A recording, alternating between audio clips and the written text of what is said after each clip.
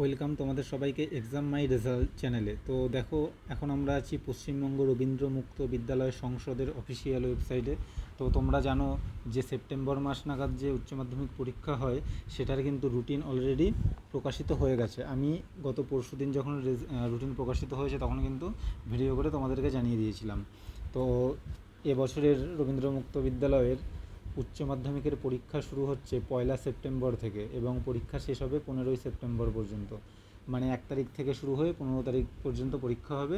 তার মধ্যে কিন্তু যারা সায়েন্স, আর্টস, কমার্স প্রভৃতি বিষয় নিয়ে সাবজেক্টের উপরে যারা পড়াশোনা করো সমস্ত কিছুই কিন্তু ওর মধ্যে আছে 1 তারিখ থেকে 15 তারিখ পর্যন্ত। তো আশা করি তোমরা ভিডিওটা অবশ্যই দেখেছো, যারা দেখোনি তারা অবশ্যই ভিডিওটা দেখে নিও। এবং আজকে তোমাদেরকে জানাবো যে তোমাদের কত পেতে হবে উচ্চ মাধ্যমিক পরীক্ষাতে পাশ করতে হলে, কত পেলে তোমরা পাশ করবে। তো দেখো, এখন আমরা আছি রবীন্দ্র মুক্ত বিদ্যালয়ের অফিসিয়াল ওয়েবসাইটে, ঠিক আছে। ওখান থেকে একটা পিডিএফ আমরা ডাউনলোড করে নিয়েছি, যেখানে তোমাদেরকে জানিয়ে দেবো যে উচ্চ মাধ্যমিকে কততে পরীক্ষা হয়, কততে পেলে তোমরা পাশ করবে। এবং এখন কিন্তু ডিভিশন উঠে গেছে, কত নাম্বার থেকে কত নাম্বারের মধ্যে পেলে, মানে কত পার্সেন্ট নাম্বার পেলে টোটালে তোমরা কোন ডিভিশনে কিন্তু মানে কোন গ্রেডে পাস করবে, ঠিক আছে। এই সমস্ত কিছু কিন্তু এই ভিডিওটার মাধ্যমে জানিয়ে দেবো। তো ভিডিওটা তোমরা দেখতে থাকো।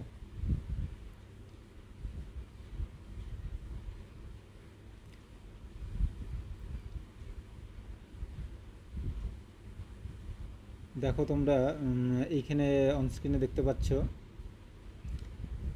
যে উচ্চ মাধ্যমিকে কিন্তু প্রত্যেকটা বিষয়ে থাকে 100 নম্বর, ঠিক আছে। 100 নম্বরের তোমাদের পরীক্ষা হয়, ঠিক আছে। তার মধ্যে লিখিত হচ্ছে 80 আর 20 নম্বর হচ্ছে তোমাদের এই প্রকল্প, সেটা তোমরা সবাই জানো। এবং এখানে কিন্তু তোমাদের পাস করতে গেলে দেখো মিনিমাম 30% কিন্তু তুলতে হবে, 30% তোমাদেরকে মিনিমাম তুলতে হবে।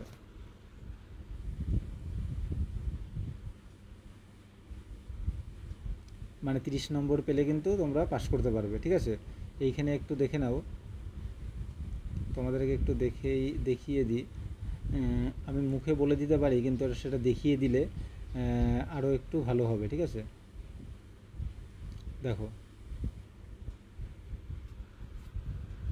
অনস্ক্রিনে তোমরা দেখতেই পাচ্ছ। দেখো এইখানে হচ্ছে প্রত্যেকটা বিষয়ের নম্বর এবং গ্রেড। দেখো এখানে 30 থেকে শুরু করে 100 পর্যন্ত আছে।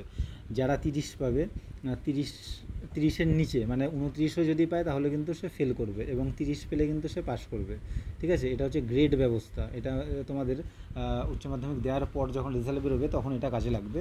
এবং এখন তোমাদের কাজে লাগবে যে মিনিমাম কত পেলে পাস। আর এখনও এটা তোমরা দেখে রাখো, ঠিক আছে। 30-এর নিচে মানে 29 নম্বরও যদি তোমরা পাও তাহলেও তোমাদের ফেল। 30 থেকে 40-এর মধ্যে পেলে কিন্তু তোমরা পাস করতে পারবে, সেটা হচ্ছে পাস। আর হচ্ছে তোমাদের 40 থেকে 50-এর মধ্যে পেলে সি গ্রেড মানে ফেয়ার। আর 50 থেকে 60-এর মধ্যে পেলে পরে হচ্ছে তোমাদের বি বা বি গ্রেড। 60 থেকে 70-এর মধ্যে পেলে এটা হচ্ছে বি প্লাস গ্রেড। তারপর 70 থেকে 80-এর মধ্যে পেলে এটা হচ্ছে তোমাদের এ গ্রেড হবে।